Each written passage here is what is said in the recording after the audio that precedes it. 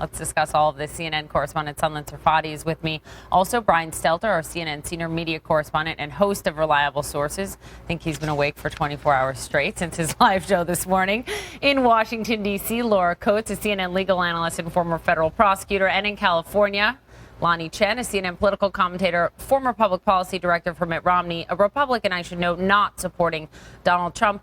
Thank you all for being here. And Laura, let me begin with you as the legal voice in all of this. Is it odd to you that Comey opted not to have the FBI, not to get that warrant to review all these emails if they could do it relatively quickly as they did prior to sending the initial letter to Congress 9 days ago? Or do you think that he was so fearful that this would get politicized, that the warrant news would leak, and then he would look like he was not forthcoming enough?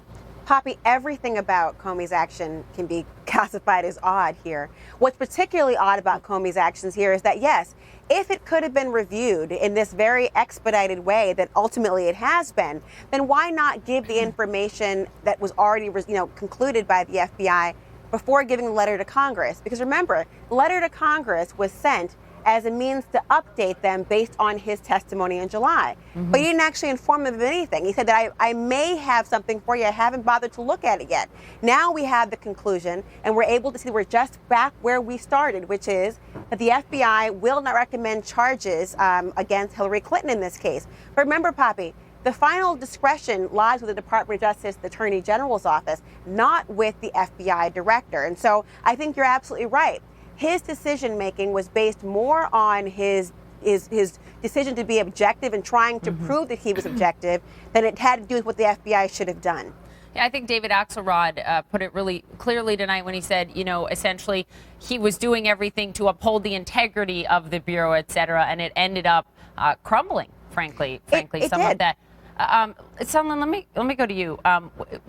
When you think about what this has done to Clinton's campaign, we're not going to know until Tuesday night, Wednesday morning, but their internal polling within the Clinton camp shows that it has hurt them among some independents and some Republican women who had strayed away from Donald Trump, come to her side, and then left her side after this Comey letter. Is this damage that is irreparable, at least in part?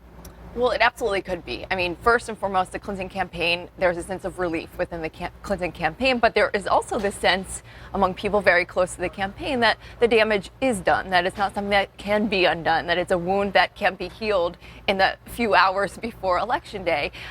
Keep in mind that when this Comey letter came out, that was 10 days ago, such a critical time in this campaign when many people were heading to the polls for early voting in states that have that, when people were making up their mind, when they thought maybe some Republicans and independents who couldn't stomach Donald Trump could be persuaded to their side, and this might have talked him out of that.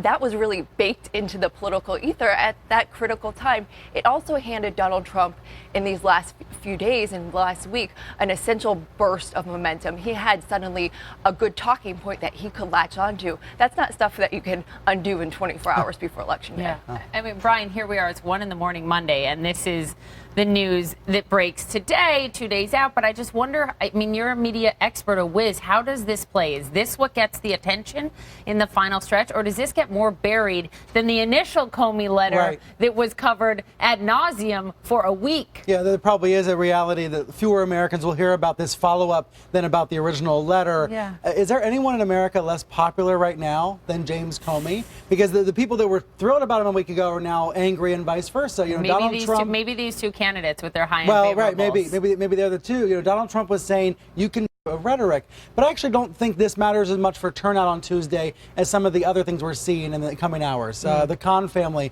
re-emerging with the Clintons, coming out with a web video and things like that. The big rally Clinton's going to hold later today with Bill Clinton. Those kind of visuals will ultimately matter more for turnout. And her team is making the conscious choice not to talk about this, not to have her talk about it on the stump, because they don't want the closing hours to be about her emails again. And the unanswered questions that still exist. There's a lot of questions about that letter. Just because Clinton might be in the clear doesn't mean other staffers are. A lot of questions about that. She does not want to be stuck on that. He noted if they find other devices, then that could raise this all again. Yeah. Lonnie, let me ask you, regardless of who wins on Tuesday, can FBI Director Comey I think it's going to be very difficult, regardless of who wins. I mean, if it's Hillary Clinton, I think, first of all, there is some baggage there. But second of all, there will be a strong desire for her to put in place leaders of her administration that in many cases are going to be different from those in President Obama's administration. And certainly for Donald Trump, look, I think he is going to have his own vision of government. He's probably going to put in place his own leadership as well. So unfortunately for Director Comey, I think this could be the end. The reality here, though, Poppy, is I don't know that he had a whole lot of options. I think he had to disclose information once he had it. And in this situation, it all looked very hurried. But I do think the FBI did the best it could to get the information out as expeditiously and accurately as possible. And Harry Reid wrote this letter responding to the newest Comey letter to Congress, saying Comey created a political firestorm 11 days before a presidential election, merely to confirm what we already knew, that Secretary Clinton's email practices were legal. By confirming that new emails were meaningless, today's letter underscores the irresponsibility of Director Comey's original letter. I want everyone to take a moment and listen to how Donald Trump chose to handle this news, stumping today in Michigan. Right now, she is being protected by a rigged system. It's a totally rigged system. I've been saying it for a long time. You can't review 650,000 new emails in 8 days. You can't do it, folks. Hillary Clinton is guilty. She knows it. The FBI knows it. The people know it. And now it's up to the American people to deliver justice at the ballot box. This is a message that he kept up in Virginia just moments ago in a speech that ended just before 1 a.m. Brian Stelter, to you, it was rigged before, then it wasn't rigged 9 days ago when Comey sent the initial letter to Congress. Now it's rigged again. I mean, when you talk about a rigged election, you've been very vocal about this on your show. This is about the essence of American democracy, free and fair elections, and he's back on rigged. Every time I've been listening to his speeches the last few days, I've been looking for signs or clues. He's going to return to this rigged election idea, the idea that the election's being stolen from him. And on the one hand, he can mean from the media, from the elites, but if he starts to talk more explicitly about voter fraud, as he started to drop hints about that in the last couple of days again, he could be laying the groundwork to delegitimize the result of the election on Tuesday night, to not concede if it is clear Clinton does prevail on Tuesday night. So it's worth listening to those signs or those hints in his rhetoric. I think it's an important point because we heard the chair of Nevada's Republican Party coming out last night and saying, he said, last night in Clark County, they kept the polls open until 10 p.m.